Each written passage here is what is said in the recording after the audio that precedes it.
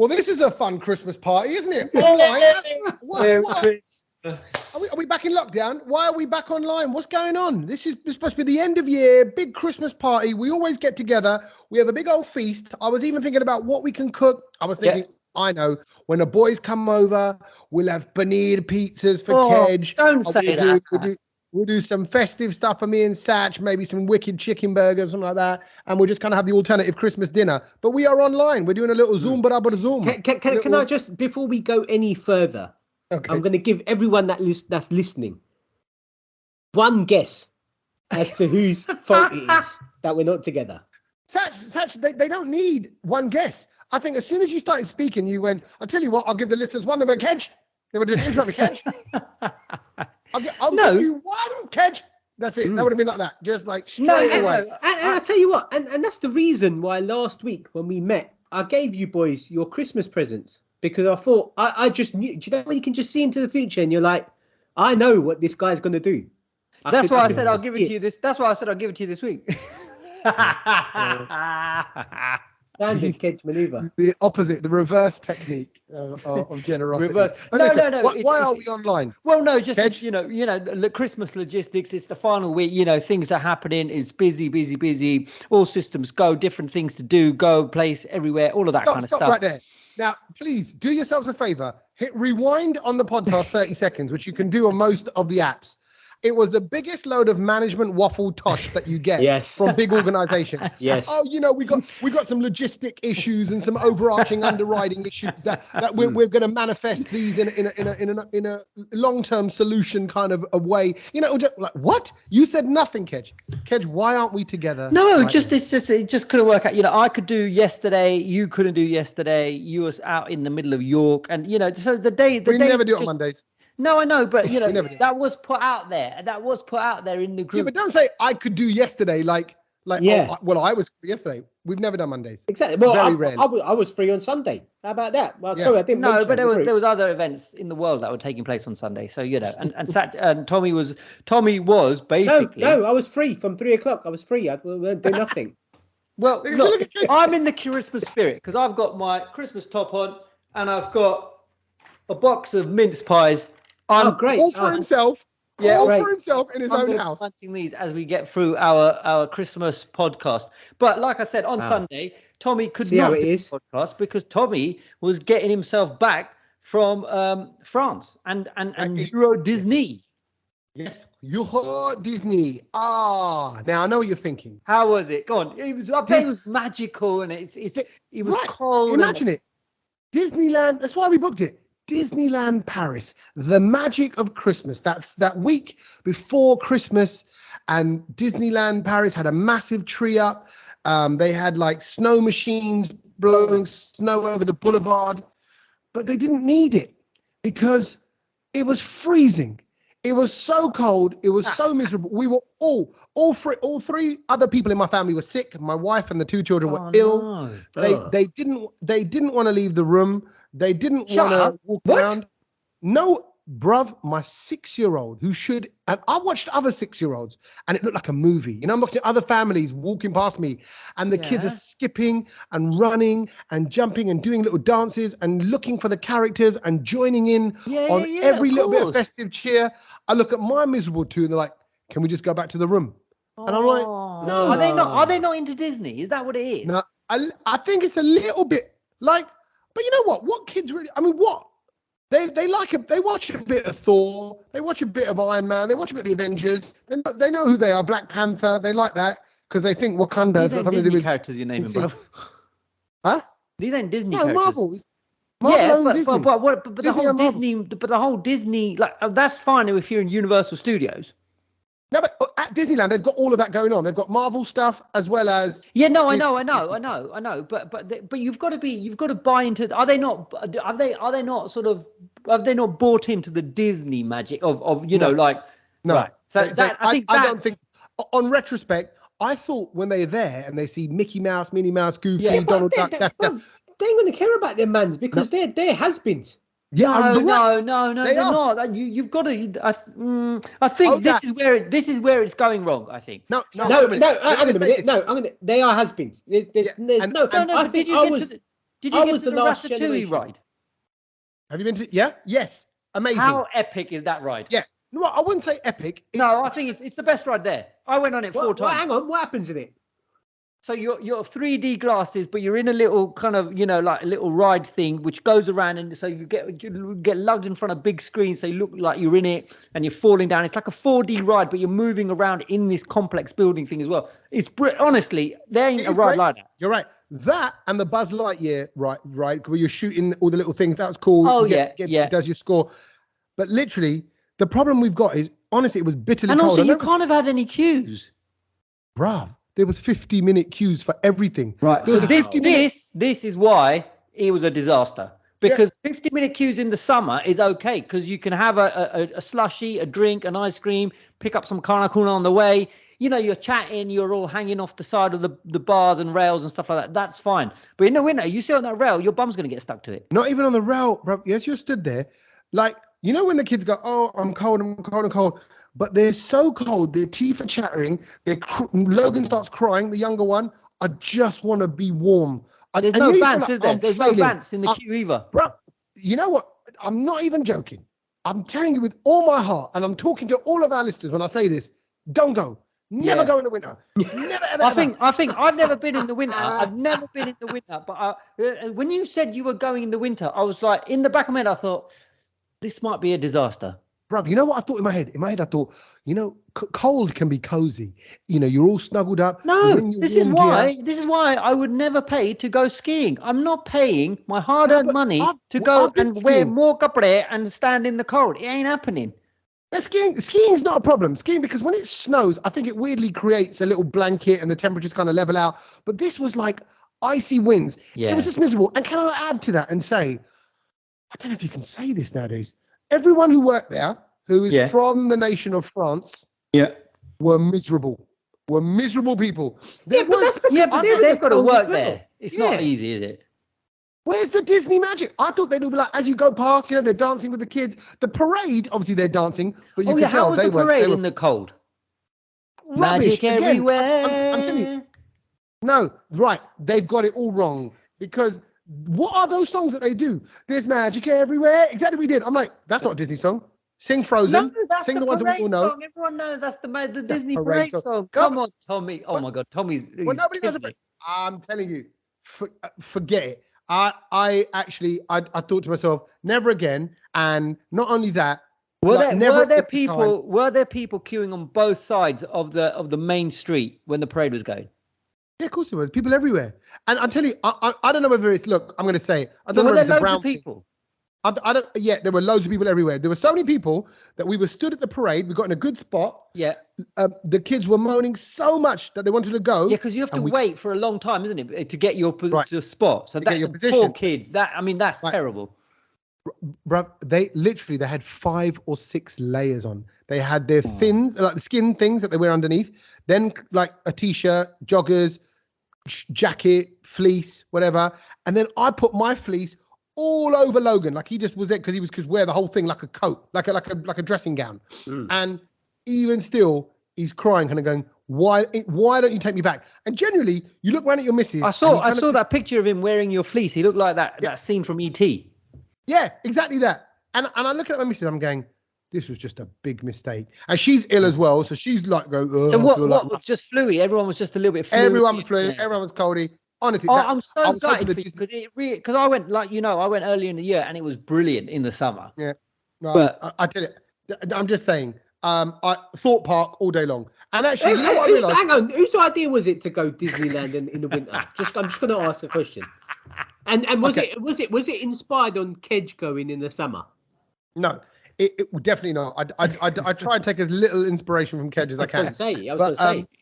But it was my idea because I thought, I know what a magical way. Where is the magic any higher? Where is the Josh, the Disney door? And I'm like, let's go Disneyland Paris. It's perfect. Just before Christmas, little break, loads of rides, all of that stuff. And we stayed in the Marvel Hotel, which, by the way, is lovely. It's all very futuristic and great. Ooh. And luckily, that had a swimming pool and a hot tub, because all they wanted to do was to be in the hot tub and be warm. So there was a giant hot tub thing. We were in that. And you could have done that in the East London. You could have. To be fair, you could have just sat in your bath. It's big enough. Right. So I told myself, I said, next year, I'll tell you what we're going to do. We're going to book a holiday inn for 3 nights. Nice. And I'm going to give you your iPads for 3 days. Yes. That's all they want.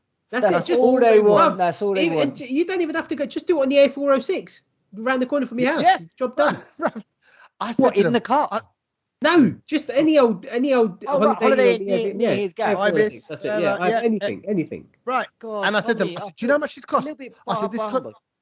I was trying to tell them to I went, look, I need you to be happier. I said, you got to get into it. I said, forget about the cold. Shake it off. Can you imagine that speech from Tommy? If Tommy was giving that speech, I'll go, you know what? For that reason, I'm not going to even smile. Christmas was slipping away. I just felt like it's all good. I actually thought they're going to be scarred from this trip forever. And what was the speech? Can you give us a bit of the speech of that speech, that managerial speech when you're 10-0 down, look, boys, and you're like, you've got to get in the game. Right. Throughout life, you're all going to feel cold sometimes, right? We're all going to feel cold. But I said, it's up to you. What do you want to focus on? You want to focus on the cold, or do you want to focus on what you can see, the lights, the cartoon characters, the dancing, whatever? And they said, we just want to focus on the swimming pool.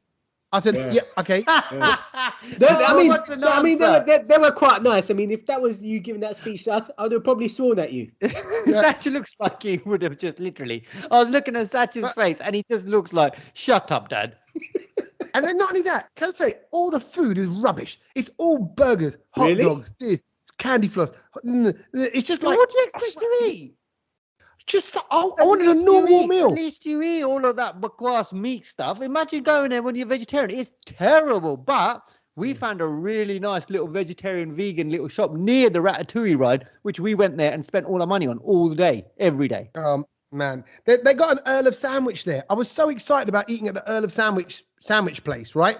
So, and it was like 15 euros for a sandwich. And I'm going, okay, that's just a going rate, right? So you're paying that. And actually, it wasn't even a proper sandwich. It tastes a little bit bland. I'm like, I can make it better than this. I don't know. Well, the food, do you remember when I came back? I was moaning about the food as well, because we found a Vapiano and we were like, oh my God, result. We've died and gone to heaven. At least there's a Vapiano. And honestly, that penne pasta tasted like I was in Ahmedabad in some sort of backstreet restaurant. It was terrible. Wow. So and they've never known what a penne pasta is. Yeah. And it was just penne arrabbiata. And you're thinking, how can you get this wrong as well? But so I totally get you with the food, but I'm gutted for you. I'm absolutely gutted. And you got to realize, can I just add to this? You got to realize, like, that's it. That was my Christmas shot. I don't have any other Christmas gatherings. There's no other Christmas functions. That was my attempt at creating the Christmas buzz. And it's done a great job. It's almost like a little script, I think. There's a little script for a film in there, isn't there? What Christmas goes wrong at Disneyland is what I tell you what. It's called. I've got the title. Making my version of this film. They want Disney World. Yeah. My dad ruined Christmas. Yeah. My dad, the hero, he thinks he's a hero, but he's more like zero. Yeah. I can just create my little character like Flop Sing. Flop Sing does Disney. Yeah. And I'll just flop. Instead of the National Lampoon, we've got the National Flop Sing. Flop Sing. Where's Flop Sing? Flop Sing. National Flop Sing ruins Christmas for his kids. Brilliant. What? I mean, don't give away the whole story. How about Flop Sing tries to make Christmas magical? And then as you watch the film, you realise he flopped. National Flop Sings Punjabi Christmas. You know what you're gonna have to do now, then, Tommy, isn't it? Like you're gonna have to get him a good Christmas present. Well, it's the 20th today, bruv. I don't know where you think I'm going to pull it. You've got 5 days to get something amazing because. Well, no, he can't. We're amazing with what? He's got no money left. He's spent it all out on the French. Yeah, and I'll tell you what I do. That's the only way you can save it. I'll tell you what I do. I will give them their iPads for the day because it turns out that's all my boring kids want to do. So, you know what? That can't stress you out, Tommy, because let me tell you something. That's everyone's kids. It's very hard now. If you've got kids now, if you've got nieces and nephews, that all they want to do is they don't even want to talk to you. They just want TikTok, iPads, gaming, and whatever YouTube, it is, Snapchat, YouTube, and that's it. And then hours and hours. Like and people are laughing when I'm talking about the metaverse being plugged in and everything. And just today that scientists have now revealed that you can wear a glove on your hand so you can feel things on your hand in the metaverse. That's where we're at, boys and girls. Hello? But you carry hello. on laughing at me because the kids are plugged in. So that sounds so dodgy, kid.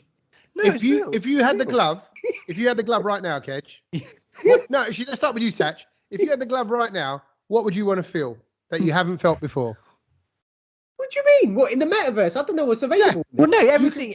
You can feel everything in the metaverse. You know, if you want, you can grab a little meta mama if you want.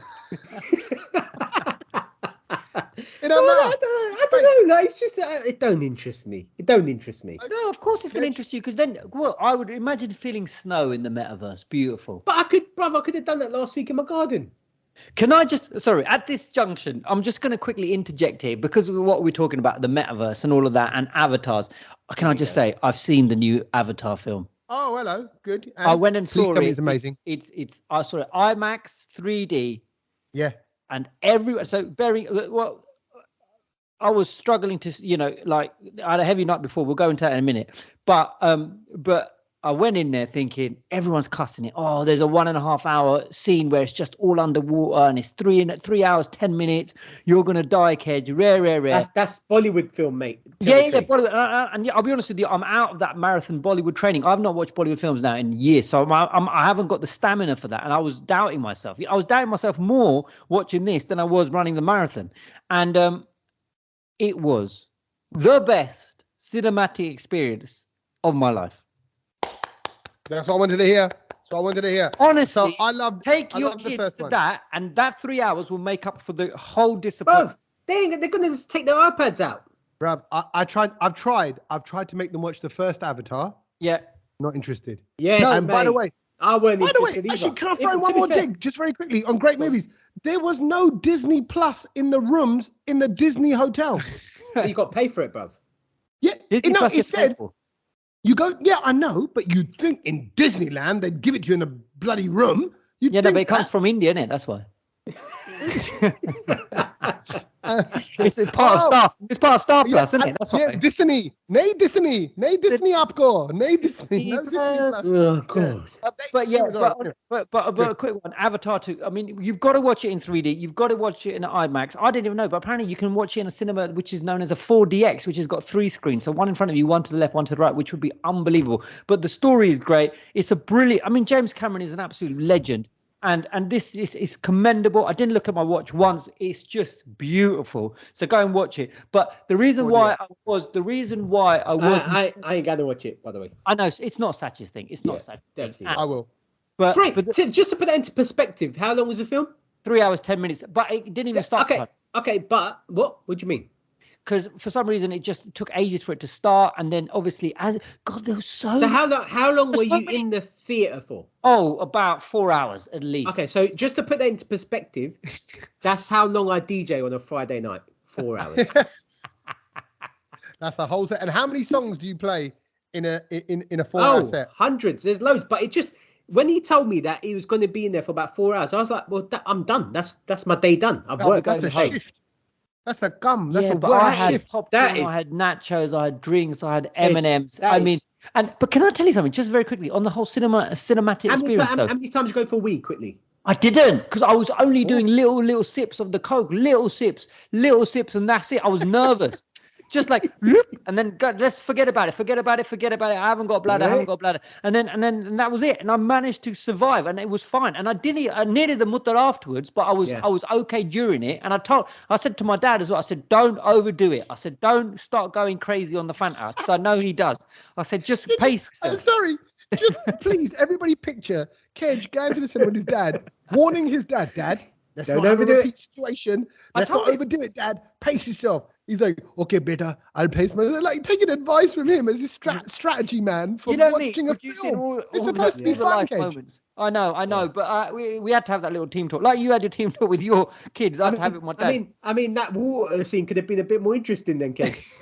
It could have been 4D experience, yeah.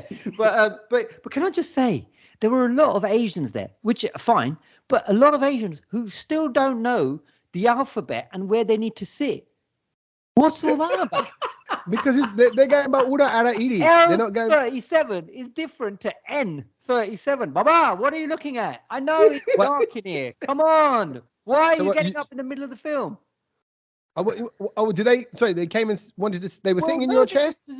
Just Desi's sitting in the wrong seats, and then Gordo telling them where to sit, and he was just like, my God. And then there was one family who came on with all of their torches on. It was like I was in the Qatar football stadium at one point, because there was all these lights on my face. Oh, you go there, beta. No, you go there. No. Actually, if I sit in front of you, my God, why have you not planned this before? Why? What does it matter? Just put your backsides down, sit. The film is starting anyway. That didn't stress me out at all. What I'm trying to say is that the night before, it was the Virgin Radio and all the other brands. We had a Christmas party. Sach came down. Ooh. See, can I just quickly just frame there? I haven't worked for anyone, even like when you're a presenter at the BBC, you're like freelance. Yeah. I love the fact you get to go to a Christmas party. I would love it. You would have loved it. What? Yeah, I would have loved it. Go on, what did you do there? Where was it? How did they set it up? I'm jealous, very jealous. So it was I met Kedge before we even got there. It's funny because I ended up going and I randomly got there, parked up. I called him and he was walking near the same place that I was walking. No, he wasn't. Can we just explain this? Right? I was walking really fast because it was chapsing, right? Freezing, and I'm running because you know me, I'm going super fast walking. Sach goes, Kedge, where are you? And I'm like, oh yeah, I'm just here. And he goes, wait there, I'm coming. My God, wait there, I'm coming. But it was a 3-minute walk, like the Olaf part in Frozen, because it was I'd stiffened up, mate. By the time you got there, what have you got to do to pass the time, Kedge? Do you know what I mean? I'm standing there like a lullu outside Waterloo Station, and I'm like, "Where's Sach?" And then his boy's strolling down. I've got 3 minutes. till Sach is there. I might just stiffen myself up. Hang on a minute, but I can't look, Kedge. I can't be running in that. How slippery was it that day? It was slippery, but like Sach is just casual Sach. Do you know what I mean? Casual Sach. Because, bruv, what do you want me to casual Sach? And then little old Kedge is freezing. Anyway, we got there. It was under in the arches under Waterloo. You know those Waterloo. What is it called? What's it called again? Like the arches under the station. Yeah. Yeah. So central London, right by Waterloo, right by the London Eye, the big London Eye's there. Yeah. So there's lots of little undergroundy cool venues. In the graffiti tunnel. That's where. Yeah. Banksy's graffiti, and then so we went in. There were like 2-3 different rooms. There was a karaoke room. Was it exclusively for your company? Yes. There's a few brands in there. Yeah. Loads of other radio stations, a load of other radio, all owned places. by the same people, yeah. So us and Talk Sport predominantly. Yes. Yeah. So as always, I mean, we didn't get involved in the karaoke, but it doesn't take long for people to get involved in the karaoke, and there was some. Why not? Well, no, because you've got to get to a certain level, and like it's funny. It's funny. This I'm going to just say this, but like so, Desis and the black people of the company all migrated to the dance area very quickly, whereas all the English people migrated to the karaoke part very quickly. Well, we're all English. What do you mean? You mean white people? No, the white people. Yeah, the white. Right. Yeah. This is your cultural observations. Yeah. Because they were like, whoa, and it's all of that, because they've necked the beers very quickly. And also, we got there and it was free bar. Hello, thank you very much. I was planning to leave at 10:30. That didn't happen. But free bar, Tommy, and I thought, it might be for an hour, and then they'll, close it all night. And it was full on. And then they had a photo booth. They had one of those irritating things that we talk about, the camera going round and round in circles, and you got to try and 360 booth. Yeah, that. There was loads of stuff there, and it was free food. Oh my God, there was loads of food flying around, nibbles, obviously all meat sort of orientated. But then what Sach missed out was the veggie pizza at about 11 o'clock. And when you're like, had a drink. Yeah. Game changer. So are you sure it's there? I think it was pepperoni, Kedge. There were pepperoni ones as well, but I wasn't that drunk that I started punching. No. But yeah, so Sach, how would you describe because you were there for a little cameo. How would you describe what you saw? Yeah, I mean, it was nice. It was nice to kind of be there. It was nice people to see. Seeing Sach. Can I just put that? It was nice to see people, like work people, not in a work environment. And I always see people on the video call mostly, because I don't really go into the office. And it was nice to see people in the flesh. So that was good. But the main question Sach got asked all night. Is your surname really Engineer? All the boys were asking him that. Yeah, they were like, we see your name on all the emails, all the chains of emails. We see all your names, but we weren't sure if that was like your surname or your job. They thought that's his job title. Hilarious. But because it's I suppose because for them they're like thinking, oh, he does technical stuff. Have someone just nicknamed him Sachin Engineer? And even then, by the way, sorry, on a little side random, I always think this, when you and I have met up at Wembley Arena a few times for events and shows and stuff we've hosted over the years, and we always meet on Engineers Way, which is the road that runs along. So it's like, it's Sach's road, it's Engineers, it's where all the techies come in and out of it. Yeah, like, you're right. But so you clarified that. So you were there for a little while. So what time did you leave there, Sach? Were you probably about an hour and a half. I was there. It was nice. Right. It was nice to see everyone. And to be fair, a lot of like the senior management came for a bit and left as well quite early because they were off doing other stuff. And so that's good though. You don't want them looming over you. You don't want them looming. I kind of got to see the people that I needed to see. Everyone saw my face, I had a little chit chat with people that I speak to on the daily. So that was quite nice. And it was also quite nice to see, surprisingly, we were just there and it was quite random. We were just looking around, loads of footballers there. Yeah. Which is, it was a bit of a surreal moment. I'm like, oh, hang on a minute. I know who that is. So then like obviously, who? We'll carry on. There was Ray Parler. There was Andy. What's his name? Andy Goldstein. Andy Goldstein, the presenter. Carlton Cole. Jermaine Pennant. Bentley, Darren Bent. Yeah, they're all there.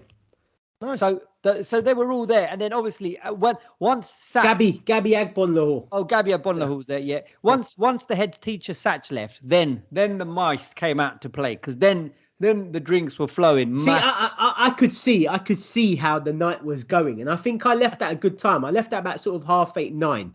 And I could see people. It got to a point where I could see people were just getting through drinks within like a couple of minutes, and I was just like, "This is not really my scene." Not really. And to be fair, like I said bye to Kedge, and then there's just too many people, and I couldn't really find everyone to say bye, so I just made a little quiet exit and left. That's you, Sach. It's cool, and that's why people are excited about seeing you because you're a cool customer. You don't give away too much. He's quite enigmatic. He's not a blibber and a gibberer. Whereas Kedge, on the other hand, Kedge would be like, "Wait, I'm surprised." Kedge, I can tell you now, if you're saying, Kedge, that people in general, and I know you're saying it as a general kind of observation, people of an ethnic background gravitate with the dance floor, and there are people then of a non-ethnic background at the karaoke. Kedge would have been torn because Kedge would have been looking at both markets and going, "I can play both. I can play both these."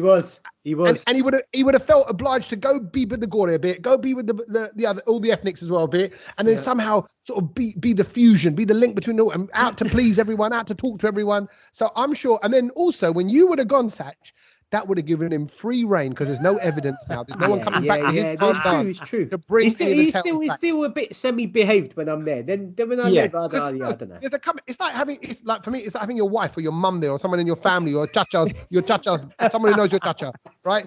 And he's a bit like a chacha. He's like my chacha. Yeah, I'm the nephew. Yeah.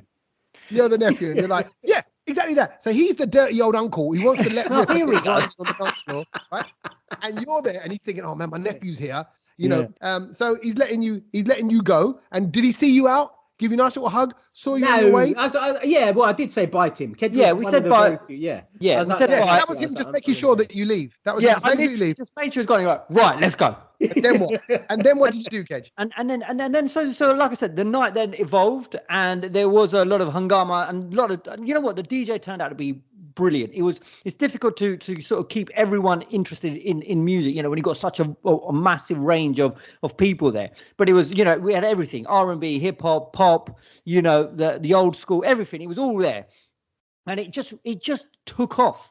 It just took off. And there was moments in it which I have to share with you that even Sach doesn't know about. But obviously once the drinks were flowing, I found myself and this was probably the random. What took off, Kedge? What came off? Well, nothing came off, but one of the most random moments for me that I remember in a bit of a blur and a haze was that I was actually dancing with Julia Hartley-Brewer. So if you don't know, Julia Hartley-Brewer is the host of Talk Radio's breakfast show. She's about 6'10". She is. Yes. And I'd happily describe her, and I'm sure she'll be happy with this, as an alpha female. You Fully. don't Yes. You do not mess with JHB, right? And it's funny because when I was there and she came into the room, I was like, "Oh, Kedge, look, there's your mate over there." Because she always, whenever I'm in the office, she always comes over and talks to Kedge randomly about standing up. She's also the kind of person, she'll go and talk to anyone. And remember, she's at the front line of hard-hitting, controversial, news. She stirs up debate. She gets things going. So this is like, you're dancing with a force of nature here. Yeah, like, fully. A lot of people don't like her. Let's put it out there as well. A lot of people don't like her. Yeah, completely, because she's opinionated. But hang on, let's just put it out there. A lot of people don't like you either. So the two forces of nature finally collided. Hold on. Do you think God looked down there and went, "Oh my God, they're getting together." Did you feel the chain reaction? Did you feel waves, sound waves, shock waves going through the planet? Yeah, exactly. Well, funny enough, and like when I met Julia a few years ago, I had on very crisp white trainers, and she went, "Those trainers are so white, I want to step on them." That's how she came over and said hello, right? Maybe. And then, but also she talks openly, like she goes, "Oh, like I can't wait to get back home and see my husband. I'm gonna, talking a bit cheeky, a bit naughty, a bit kind of like I said, she's out there. She'll say what she's going to say, but she's also super bright. So I'm a bit nervous, Kedge, about what dance moves you were doing and what you were saying to her. So we were, I think if I remember correctly, we was an old school. Can I just say, she knows all of her hip hop and R&B tracks. She was lip syncing all those tunes. And I was like, so that's what got JHB's down with the R&B. Yeah. So that's what attracted us on the dance floor, because she was watching me and I was like, oh, my girl's got moves, and then so we were just throwing some shapes. And she came she came close to me, so we were face to face dancing. But me, Kedge, right? You know me when I'm dancing, and I'm always holding a glass, right? So there was holding glass. Glass, yeah. So the glass was just sloshing around a little bit, and I was slightly, spilling the drink. Yeah. Standard, Kedge. And she told me off in the middle of that. She told me off. She went, "Watch out! You're spilling your drink everywhere." And then she just walked off. Oh. What a moment. But you know what? For her, she would have come over and thought, "Hello, this guy's got a few little moves. He's kind of busting his thing." Gone over and thought, he smashed out of his nut. This Dal Sim character here is now spinning, it's like yoga flaming everywhere. Exactly. Like, no, so I had that moment, and the other moment, which was quite an epic moment, is that out of all the footballers, Sach mentioned everything. I do like Carlton Cole, because he's quite a good. You know what I mean? He comes across as he's a good guy on the radio, and he's a good guy. He comes across as quite a funny kind of, a good guy that you want to have a beer with. And then randomly, a Sean Paul tune was on, we were doing some bashment moves, me and a couple of the other people who were into the bashment vibes. Busting some bashment. Cole just comes up to me, gives me a hug, and he just starts sort of copying my moves. And we did a little spud, and then he gave me a hug, and then he just went away. And I was like, that was so random. I've not ever spoken to him, but we just bust out some Shana ball. Well, did he dance behind you, or were you behind him? No, who was holding whose waist? We were face to face, and the legs were like scissor sisters. Oh wow! Oh wow! Okay, nice. Quick wine. Wow. Okay. Yeah. That's the word. Okay. So Lovely. Very quickly, as you mentioned, Sean Paul, I have to say this because it was huge news this week. Tommy, I don't know if you know about this. Oh my God, I know what you're going to say. Tommy, you haven't heard about it, have you? You might be off there. So obviously, Tommy's off there. I knew he wouldn't know. This is Tommy. Wait. As far as things you've learned, right? When I heard about this, I said, this is probably the best thing I've learned all my life. So very quickly, how does the beginning of most of Sean Paul's songs start? So for example, Temperature. It goes, and then what does he say? Chanapal. Oh, but does he? Oh, of course he does. Of course he says Shana Paul. Of course he says Shana. Well, I don't really care what people. Nah, mate. Some people think he says Sean de Paul, like Shana Paul. Shana Paul. Bruv, it's not Shana Paul. Reveal it to us. Is it Sean Paul? Is he saying Sean Paul in an affected way? No. Reveal it to Sean us Paul. And let Tommy lose every little bit of hair he might have left. Hold on, let me guess. What else could he be saying? Go on, it's not Sean Paul. Keep guessing. If you get this, I will come over now to you and buy you a Christmas present. Hold on. Is he saying Charlie and Charles. Like, is it? Go on. What could it be? But it is random, and the random thing he's saying is the cricketer's name, Chandapal. What? Do you know the Shivnarine Chandapal, left-handed batsman for West Indies. Yes. He had a funny, unorthodox stance when he'd bat at the crease. He'd almost stand sideways. He's a player from West Indies. He's from Trinidad, I believe. Is it from Trinidad? Right, yeah. And basically, the story behind why he said that in his songs was because that's what his mates from kind of back home called him, because Sean Paul kind of sounds like Chandapal. And they all used to go to him, Chandapal. So he just stuck it in his song. Oh my word! Can you believe that? Can you believe that? Not only that, I have heard. Oh God, this is such a random thing to remember now. What they called? Who the girl band who did a track with him? Little Mix. Mix, yeah. Little Mix, and they were in an interview. They're going, yeah, Sean the Ball, and they were going, oh, it was so great to have him on a track. And they were saying Sean the Ball. Yeah. They were all doing it because they were like, oh yeah, Sean Paul has to say his name at the start of a track, so we all know who he is, and they were like all joking around it. Wasn't even his name. And now all this time is Shivnarine Chandrapal and Blue Cantrell. Chandrapal. Brilliant. That's amazing. Can you believe it? Honestly, I was like, I couldn't, but I found this out on the Friday morning, and I was still a bit worse for wear. And I'm like, what world am I in? Why is this even? Why am I even learning this? Very quickly, I spoke to Kedge on Friday, and it was quite funny. The day after the party, and I rang him, and I was driving. So originally, I thought the line was bad because his voice was really. Brother, it didn't sound like him. It was really deep. Yeah. Like it was really like, hello, Sach. And I called him back. So I thought, let me call him on WhatsApp. It might be clearer. Brother, it was the same voice. He was so mashed on Friday. It was unbelievable. See, can I, on that genuine note there, Kedge, right? Yeah. Obviously, I've not drunk now 3 years. No. January the 10th, it'll be 3 years. And when you say these stories, I ain't going to lie, because obviously I didn't really give up for any kind of, there was no problem with me drinking or anything like that. But I do miss this now. I miss that. But I don't miss the hangovers. You're now, you're going to be 41, 43, mate. 43. 43. Oh my hey. God. Right? You're going to be 43 on January the 1st. I'll be honest, I wasn't hanging though. Do you know what I mean? I've mastered that. So I'm not like, I'm not like. You've mastered that. What have you done to master it? I just don't get hangovers. I don't get headaches. Do you know what I mean? All I'm suffering from is lack of sleep. That's it. Yeah. Okay, fine. So no regrets? No. So it's a bit rough? Yeah, just a little bit rough. Sach phoned me, obviously, blah, blah, blah. And my voice was slightly funny, but it was okay. And then I watched Avatar, managed to do that, knocked that out of the park. It was brilliant. But I've just got to quickly mention, before we go on to, obviously, the big World Cup, because I know that the World Cup final. Yeah, we need to discuss the World Cup. Yeah, I just want to quickly say, I had to then go on Saturday, so still sort of recovering slightly, the eyesight anyway, and I had to go and have an eye check. And when they ask you to read the letters? Yes. At the opticians. And firstly, it was a Specsavers that took ages. There's all these desi people there, But every time I go into Specsavers, there's like 1 billion people in there. Why? Well, no, there was no customers there, but there were a lot of opticians there. But the opticians didn't want to actually attend me at my appointment time. So therefore, what was the point of giving me an appointment time of 3 o'clock if you were not going to attend at me at 3 o'clock? Anyway, so I was in a very good mood as I went in to get my eyes tested, and I was just honestly, and I thought, am I going to? Did you have another floater in your eye? Because you used to have someone put a floater in your eye. I used to. That's all been sorted, thank God. So no floaters anywhere. Thank God for that.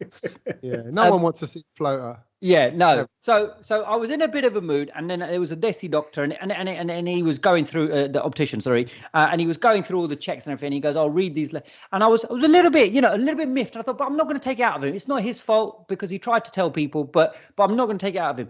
And then he goes, "Can you read the second line?" And I went, "Yeah," and I read the letters RFUD. And I've just burst out laughing, and I just can't stop laughing, and I'm ruined. And because what did it spell? Because they were just RFUD, and I'm like, why is he keeps getting me to spell this line? And I'm like, stop it now, bruv. And he didn't know why I was laughing. And I'm just like, I can't handle this. So opticians, if you are an optician and you listen, just check the spelling board. Don't spell out any dodgy. No, but they can't point out all international variations of potential rude parts of your body. Bruv, there were 6 people in there. They should have seen. And it's the big line. It was a big FUD. Do you know what I mean? I thought there was a big line in the in that. Right. Yeah. But did you not tell him what? No, I can't. I just said sorry. I said I've just seen something really funny before I came in, and all I'm thinking is I've got to tell Sach and Tommy this.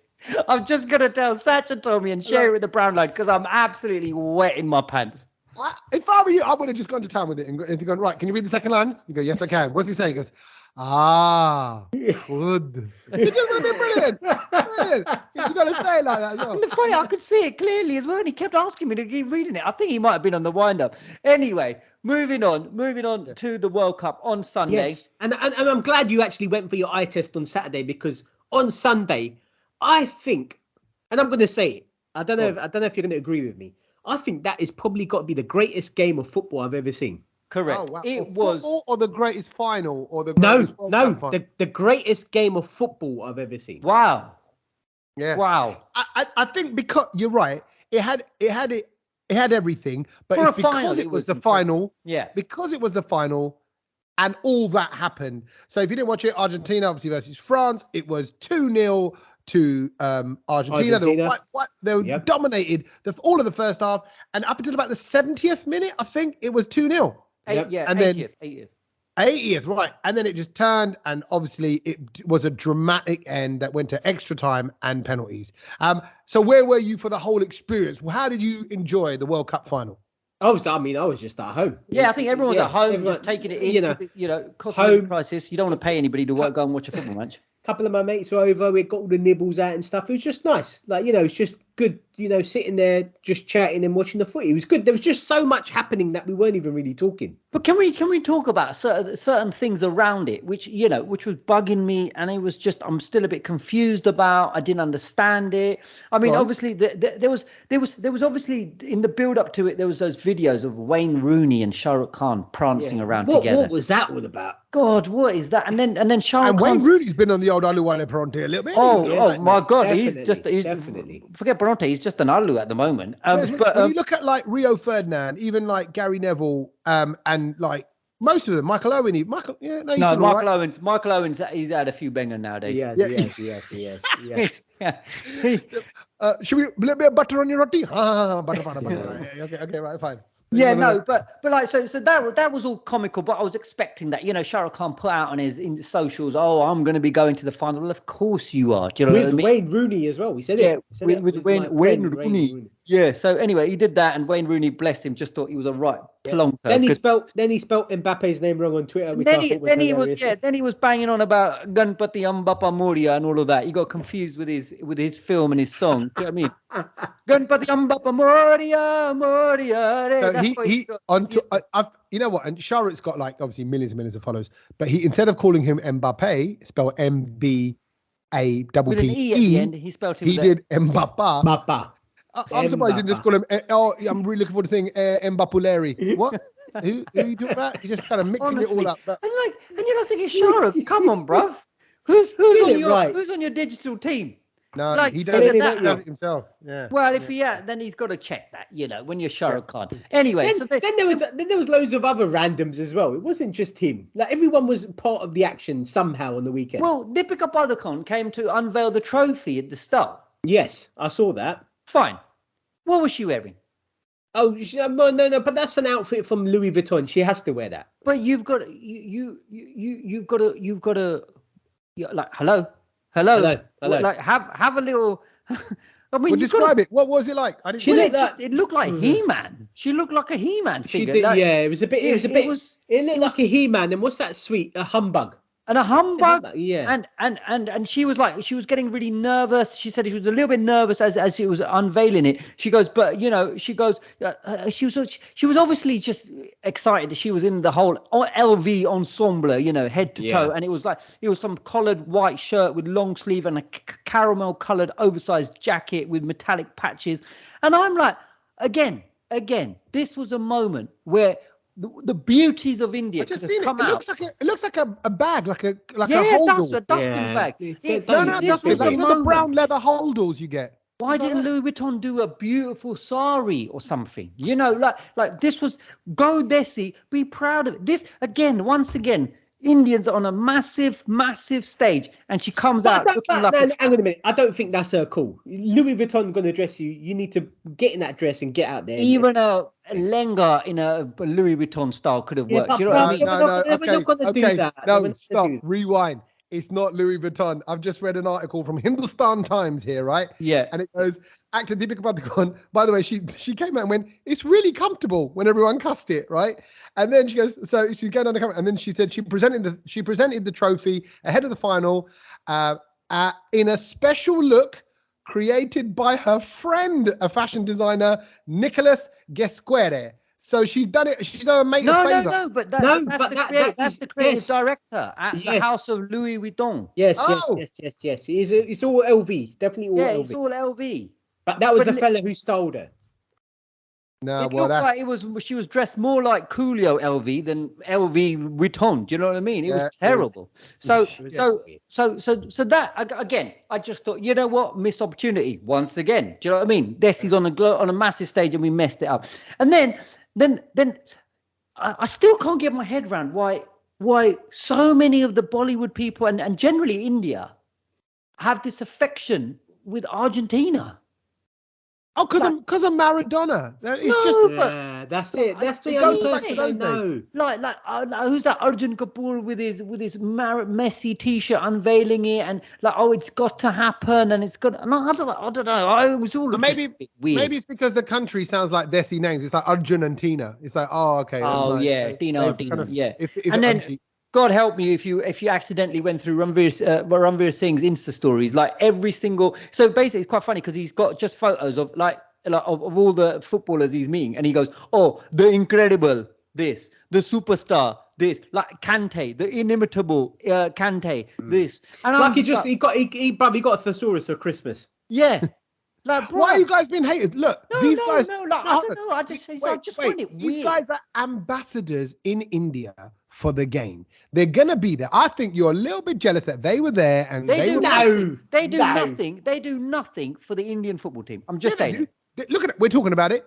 They're raising the awareness. No, for the India. What I'm saying is, like, where is the hype for the India national team? They are crap. That's why. You've got to increase the level of the crapness somehow. Yeah, and that's why we're inspiring.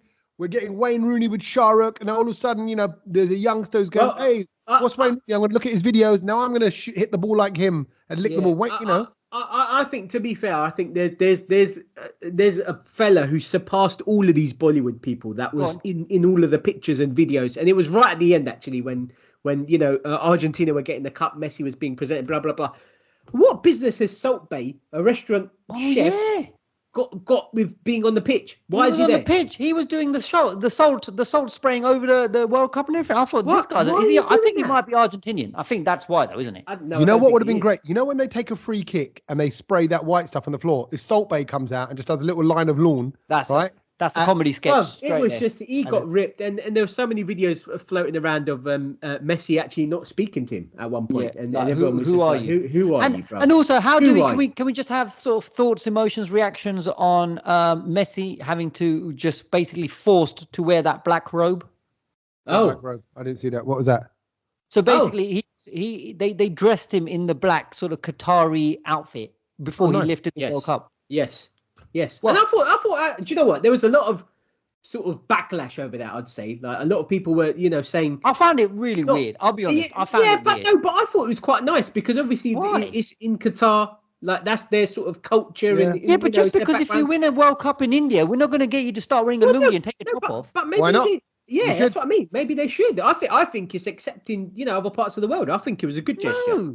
No, no one had to wear any Russian garms when they won the World Cup there. I know that, but obviously you don't these have to guys wear clogs if you win it in Holland. Look, I think if Messi had a problem with it, he would have not worn it, but he did wear it. Yeah, but Messi just wanted to get on with it, and I think it was not right that they forced it upon him. They didn't force it on him. I don't think. I would have loved it if like all the Argentina team, if they won the World Cup and the World Cup was being held in India, we give them all janjara to wear around their ankles. That's what I mean, though. Like, you got to do dandiya first before you pick up the World Cup. But it wasn't. I think it's just blown out of proportion. I thought it was actually quite a nice touch, to be fair. I didn't like it.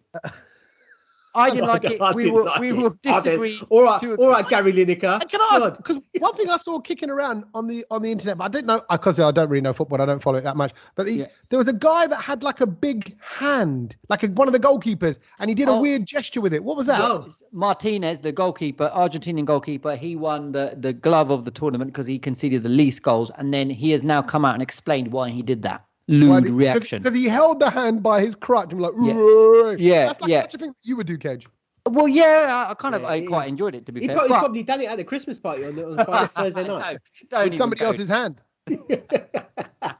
But the reason he did that was apparently when he got that trophy, the French were booing him, and that was his retaliation. Okay, that's but all in all, that was I'd say it was a very good final, and it was a very good World Cup. So yeah, it was. I thoroughly.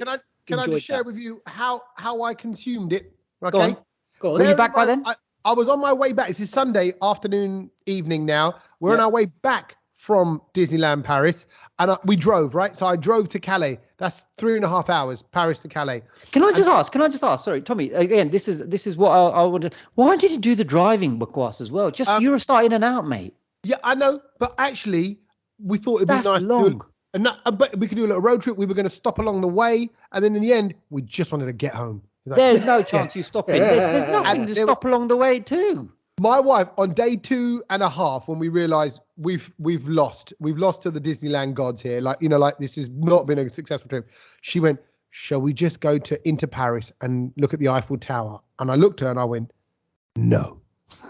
I was like, I want to go. I think that didn't help either. I think if you'd gone in and out on the Eurostar, that saved so much fat. Actually, the car journey was quite good fun, and it worked out perfectly. So can I say, as you know from the last couple of podcasts, I've been saying I'll be watching things on my phone. Yeah. We got to the Eurotunnel, checked in and everything. I listened to the first half on the radio because I'm driving. Then when it was half time, we literally got to the Eurotunnel, checked in, and now we're in a queue, just waiting for the next 40 minutes to get onto the Eurotunnel. You've got to line up. And I put the phone on, streamed the whole game on ITV, the hub thing, and watched the entire second half. So I got all the tamasha of the second half. Then we went on to the Eurotunnel, into the tunnel, and I thought, it's going to cut out. The journey on the Eurotunnel is 36 minutes, and the extra time is 30 minutes. Oh, my God, I'm going to miss it. I'm going to miss extra time of the World Cup final. I can't believe this.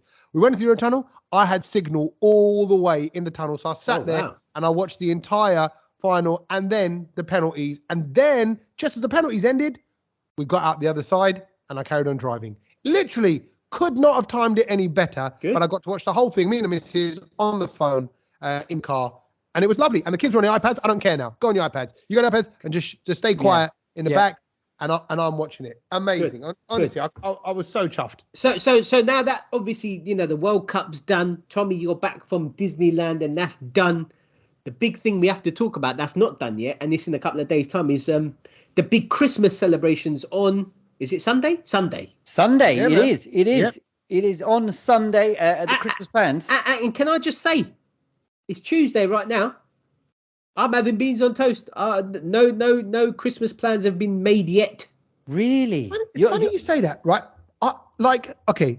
Tommy, are you doing the full big shebang at your gap? I am. I've got the same 17 people coming over, which is my wife's family, immediate family, my immediate family, right? And other halves and kids. But normally, I think it's just because I've been busy. It's been in Paris, and then when I came out of Paris, I went straight to York, and I did some filming up there. And then I came straight back, and today I've been in Coventry. I've just come back. So what is it? Tuesday now. But this evening, this podcast marks the end of my working time over Christmas, so now I can chill until the 27th for some comedy nights. So I'm just not I haven't quite got my head round the fact that, hold on, everyone's coming over.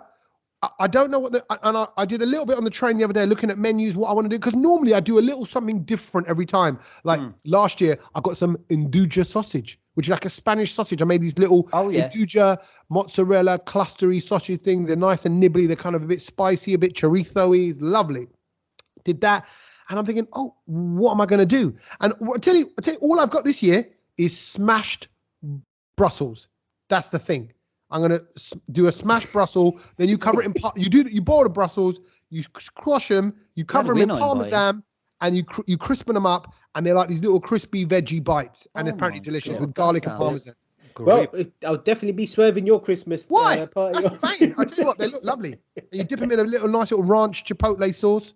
It's a great way of eating your Brussels. Well, I basically thought what I'll bring to the table, because seeing this is the last one before Christmas, I just thought I'd bring in a few wise words from the gut health doctor, who is an absolute legend. I know her quite well because she's been into the studios. Well, now that Seema Auntie's not in your life and Julia Hartley Brewer's blown you out, so you've got time for the gut. Yeah. So her name is Dr. Megan Rossi. Oh, I thought it was Megan. No, it's Megan Rossi, and she is brilliant, and she's all about the gut, and she's given like her little sort of 3 kind of main things to sort of like techers of what to deal with this Christmas, because obviously everyone overeats. Yes. Right. And then it's not good for your gut. It's not good for your stomach, your bowels, and all of that kind of thing. And you end up bloated and everything. And she's come with like sort of her sort of useful tips that we need to be sort of try and bear in mind as we go gung-ho this Christmas. And the first one is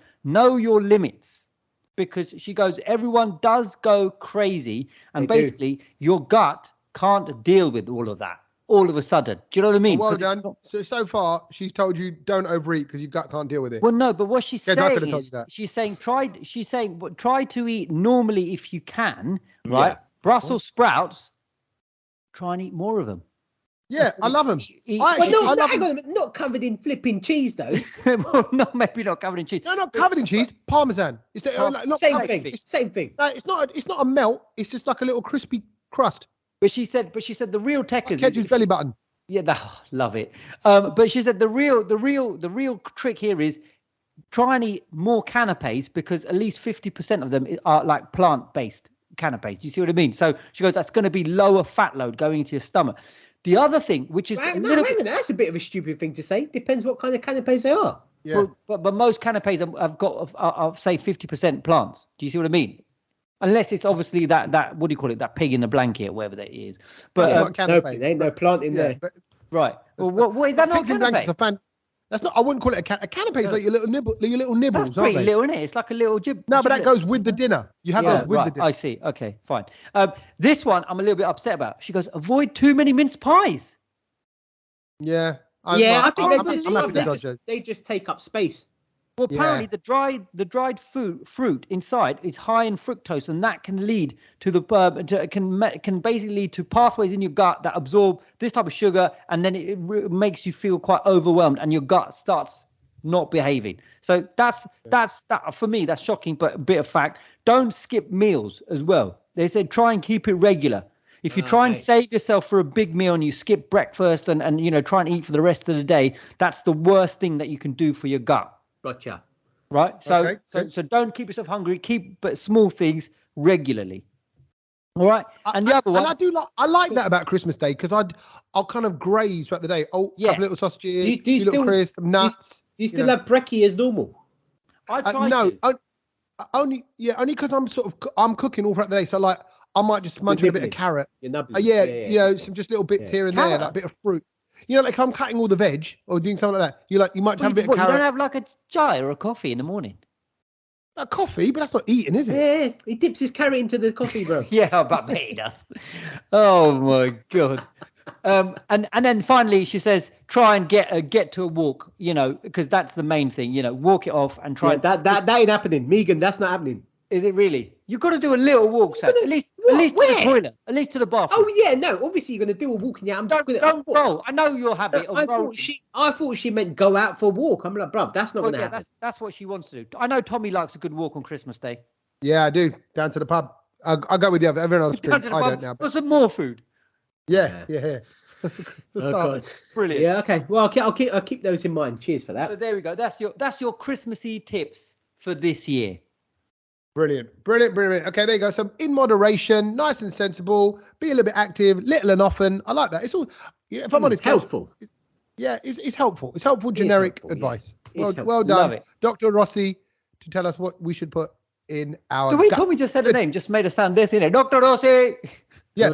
I tell you what, I was going to say Rossi Massi. What to I was going to say Merry Christmas to Rossi Massi. I love that. I love those moments. I miss those moments. Yeah. Say happy Diwali to Barry Massa. Yeah. Is it Rossi? Was that the ice cream? Who? Rossi. Rossi's ice cream. That was an ice cream, wasn't it? I remember that. Vietnam. That's like an ice cream van. Like, you get the Rossi's. Rossi's was a famous ice cream thing. I don't know. I swear. That. If anyone remembers that, hit us up. I don't remember. Right. I don't remember. Things we've learned. What have we learned? Things we've learned. Go on. Just by the way, this is going to be the last things we've learned this year. By the way. Wow. Make it a good one, boys and girls. Yeah, it has to be a good one. Who's going to go first? I'm going to go last because mine's a little bit philosophical. Okay. But it's a good one to end the year with. Okay. Shall I go first then? Okay, yeah, go for it. The thing I learned this week was, I'm actually going India in a couple of weeks. So I've been looking to book a hotel. And do you know when you obviously type India into a search engine, just loads of random other stuff comes up. So anyway, it's actually quite helpful. And I came across this thing about some facts about India. And obviously we know that there's 1.4 billion people say 1.6 now. They say it might be more. Yeah, and that's just in one day. And I was thinking about it. I was like, wow, that's a big number. Obviously going to go past China and all that real soon. But I thought, there's so many states in India. What is the most populated state in India? I wouldn't have a clue. The most dense. The most dense. Where is there the most people in India? Maharashtra. I think the Gujaratis are banging them out. Ooh. Go on. It's not Gujarat. That's actually quite small. Is it down south? Is it? No. I'd say sort of north, sort of middle. And it's actually Uttar Pradesh. It's Uttar Pradesh. Yeah, 232 million people in one state. Wow. When you say like that, that's mad, isn't it? That's the population of America. This blue. No, I'll tell you, that's a population of Brazil and Ecuador together, 232 million. And very quickly, Gujarat on the scale. Yeah, 70 million. Okay, so same as England, pretty much. 70 million in Gujarat. That's the same as England or Thailand. Wow. And Punjab, as I've got it up here, Tommy, 31 million people. See, civilized. We like Kullah Dullah. We got the land. Look at the Jameen. We don't want to pack ourselves in. No, there is 1 million people in Chandigarh, just one city. That's good. Love it. Right. Love it. Okay, my one next, right? And this is one that kind of relates to Disneyland Paris and to all the miserable people that work there and me being miserable while I was there, my kids that were miserable as well. Don't fake smile. Don't fake smile. It's probably a good thing because fake smiles, it's a fact, are bad for your health. They did a full study into this. And listen, my business is putting on a smile, putting on a performance, go and do a show, whatever. But actually, when you are fake smiling people, they analyze people like bus drivers or people that work in professions that they have to have friendly interactions throughout the day. And they discovered that these people withdrew from their work while putting on a smile for the show. So they're not working as effectively, and it could have long-term bad effects for their health as well. So don't fake smile. If you're feeling miserable, that's why I never fake smile. And that's why. No, Kedge, you are a fake smiler. I actually? Yes, you are. Yes, you are. Maybe I'm just always happy. No, but I know you're fake smile. It's quite obvious. You go quite teethy. You go. I mean, that's it. I mean, I don't even smile if I'm happy. Yeah, true. Just stay away from it. That's it. Sach don't. You never know Sach's emotions. Both ends of the scale. I tell you, brilliant. What you got, Kedge? Right, so my one, and this was brilliant, and I thought, you know what, I basically, I was listening to something, and I heard this, and I thought, I'm going to write this down, so I had to listen to it a few times so I get it right, but basically, it was brilliant, and I think this is the nice one to sort of end the year with, and go into the new year with just a different way of looking at things, right? So apparently, we've all been living backwards, and we are all living backwards on this planet, and I can hear you both saying, What do you mean, Kedge? How are we is this the backwards? whole universe expanding, universe decreasing? No. No. No. Right. Like Benjamin Button. No. We have all been living backwards, and this is why. It's to do with these 3 words: have, do, and be. Now, we are all, when we live through our day-to-day life, we live in this order. Have, I want to have a massive house. Therefore, I will do all the calm and all of this stuff, and I'm going to do whatever I can to get it, and then I will be happy, right? And that's how we live our day-to-day life. So basically, what that means is we've always got this carrot being dangled in front of us that we've got to do all of this stuff to be happy, right? And that's why we're living it backwards, because if we flip it and we go the other way, and you just realign how you're thinking, so that if you then be joyful, if you then be happy, then be sort of enjoying the process, then, right, you'll do the practice that you need to do. Or let's just say, if you want a 6-pack for this example, if you do the practice diligently and you do the hard works necessary for it, then you will have the 6-pack or the physique or the yoga pose or whatever that you want to have, but through the process, and you'll enjoy it more. And I thought that was brilliant. So really what you're saying is be happy with the data that you got, but start to do the things that might change it, and then you will have it, rather than have, do, be. You want to do. You want to be, do, have. There we go. Well, funny enough, Kedge, We do have. very poignant that you say that today of all days. As you boys know, I've just driven back from Coventry. Yeah. And one of the books I just started, I'm on chapter 1. I've just done chapter 1. I'm listening to it in the car. Was Atomic Habits. All right. Have you just started it? Yeah. Well, you know what? Done it already. Well, yeah, quite a while ago, but well done. That is going to start making you think differently. Right, well, exactly it, right? So Atomic Habits is all about little habits and little changes. But one of the things he says is, and literally, I heard it just before I got onto this podcast. So it's weird that you're saying this, man. It's like, right? Because he says we focus on the outcome. Whereas if you actually focus on the process, which is really what you're saying, then the outcome will look after itself. And he quotes a sporting term, and he goes, look, the scoreline takes care of itself. If we just work on the play and the way in which we train and play, don't worry about the scoreline. The scoreline's irrelevant. And I'm not saying it's the same thing. I've always thought that league tables are irrelevant, because all you should be, because it makes you compare yourself to other teams. You should compare yourself to yourself. You should just be kind of performing the best you can, train the best you can. Can I just say? Therefore, you're doing it the best you can. Have you only done 1 chapter of it? I've only just started. I've literally downloaded it this morning. Can I get you to do something controversial? Ooh, go on. Stop it. Start the book at the back. Stop it. No, stop it. Don't go any further with that, because the original book was written by a fella called BJ Fogg, and it's known as Tiny Habits. Right. This guy's ripped it off, basically. Why not? But actually, I really like this guy's, because he tells a story at the very beginning when he gets smacked with a baseball bat in the middle of his head. Okay, and, that's fine. You know, but you need to know that this guy's ripped it off. That's why. Also, I don't think I want to listen to a book by a person called BJ. I've met BJ a couple of times. He's a great man. I bet you have. I'm sure you have.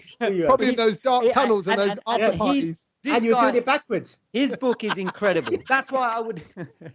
But that's why I would. If you're going to go down that road, stop it and go with Tiny Habits. No, BJ Fogg. I don't want to. No, thank you. I'm enjoying it. No, Tommy, stick to that, because I've seen Atomic Habits everywhere. Kedge is that guy that's like, he just wants you to, go to the original thing. I like going to the source, the original source. Okay, so then if that's the case, go to the first ever McDonald's in America. Yeah, exactly. And eat there. Yeah. Well, right. I will one day. Or just shut up, mate. But you know what it is? He was doing well. Because I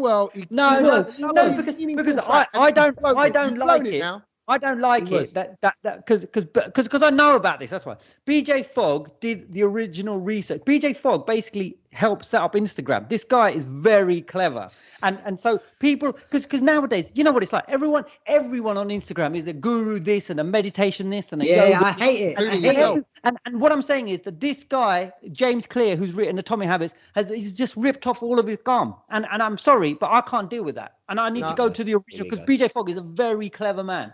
Well, I'm staying on the James Clear path, and you can go fog yourself.